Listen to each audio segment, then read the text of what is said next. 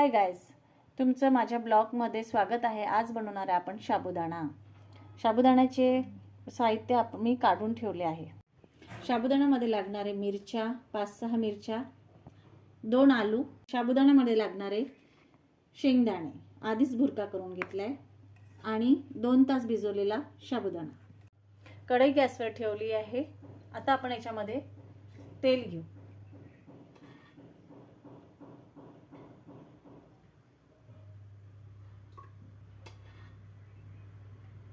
बस, आणि थोडं तेल गरम झाल्यावर मग मिरची टाकू। आपण याच्यामध्ये मिरच्या टाकूया। छान मिरची होऊ द्यायची आहे। आपण याच्यामध्ये चवीनुसार मीठ आणि थोडं तिखट टाकू।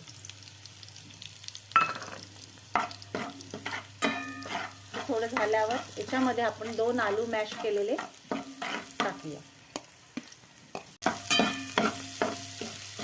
आणि याच्यामध्ये शेंगदाण्याचा भुर्का टाकूया